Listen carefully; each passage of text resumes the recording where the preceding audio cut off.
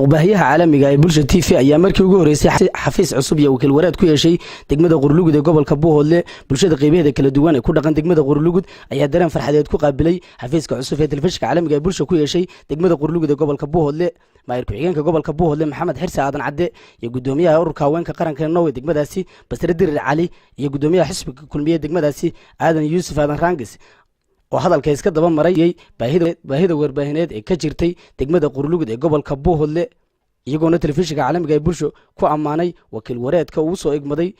degmada Qorlugud ee gobolka Buhoodle waxaan hadaladoodii kamid ah aniga oo ah xildhibaan Maxamed Xirsi Aadan waxaan aad u soo dhaweynaynaa TV-ga bulsha TV ayaanu aad u soo dhaweynaynaa baahi badan ayaanu u qabnay warbaahin xafiis kule degmada oo ka shaqaysa waayo mid hore oo rasmi nooma joogin waxaanu leenahay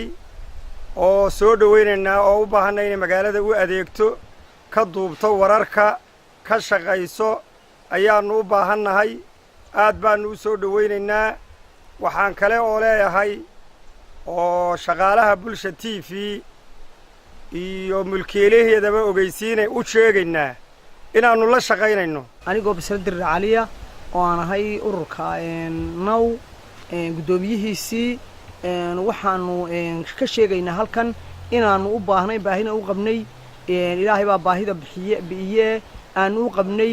baahi weyn bulsha TV-gana keentay iyo inankanay keentay iyo arrimihiisa oo dhan u baahannahay imakana waanu soo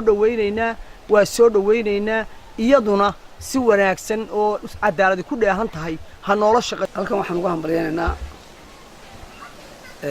degmada Qorlugud anigoo gudoomiye xisbiga kulmiye degmada waxaan u hambalyeynaa bulsha TV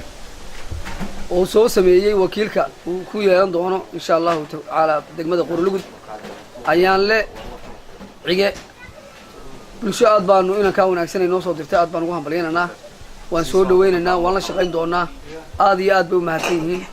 anigoo ku hadlaya afka xisbiga kulmiye haweenka garabka haweenka Cashe Maxamed Cismaan anigoo waxaanu halkan soo dhaweyn iyo hambalyo iyo guubaabo aanu ka siinaynaa TV-ga ilaahay noogu soo dhibay inanka yar ee deegaanka ka dhashay wax badan oo xaalada oo nala kulmay ama aanu u baahanahay waxa naga reebay waa dhagalaanta aqoon la'aan waa iftiilaan aad iyo aad baanu soo dhaweynaynaa waanu la shaqaynaynaa inanka yar ee mutacallinka ee da'da yar ee xirfadda ku keenay deegaankiisa inuu ka dhex sameeyo yacniga hawsha marba taagan iyo xaaladaha dalka ayaanu anaguna ku hambalyeynaa ku soo dhaweynaa waan u baahnay hambalyaanu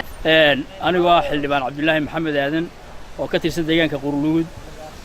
waan soo dhaweynayaa TV bulsho oo halkan maanta noogu yimi waan soo dhaweynaynaa runtii deegaanku baahi badan buu qabay in ay yimaado TV waan soo dhaweynaa TV-ga oo noo yimi maxay ahay toy TV bulsho waan soo dhaweynaynaa soo dhawo waanu leenahay mar labaad iyo mar saddexaad waa soo dhaweynaynaa geesta kale cuqaasha culimadiinta iyo dhalinyarada iyo haweenka degmada Qorlugud oo dhankooda ka marakacay in baahi warbaahineed ka taagnay degmada Qorlugud ee gobolka Buhoodle taasi oo aanay maanta jirin mas'uuliyiinta telefishinka caalamiga ee bulsho ay ku amaaneen dadaalka ballaaran ay ka wadaan degmada Qorlugud ee gobolka Buhoodle waxaan aad iyo aad ugu mahadcelinayaa anigoo ah afhayeenka bariga Burco galbeedka Buhoodle magacaygana leeyahay Injineer Maxamed Cawil Siyaarag waxaan aad iyo aad ugu mahadcelinayaa bulsha TV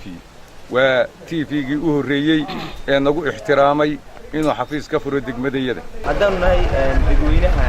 degmada Qorlugud waxaan aad iyo aad u soo dhaweynaynaa telefishinka caalamiga ee bulsha TV anigoo gudoomiyaha ururka magacayga Cabdiraxmaan Jaamac kamid dhalinyarada degmada Qorlugud waxaan aad u soo dhaweynayaa TV-ga caalamiga ee bulsha TV oo xarun ku yeelan doona ama saxafi ku yeelan doona degmada Qorlugud waxaan aad iyo aad u soo dhaweynaynaa TV-ga bulsho iyada oo loo qabay baahi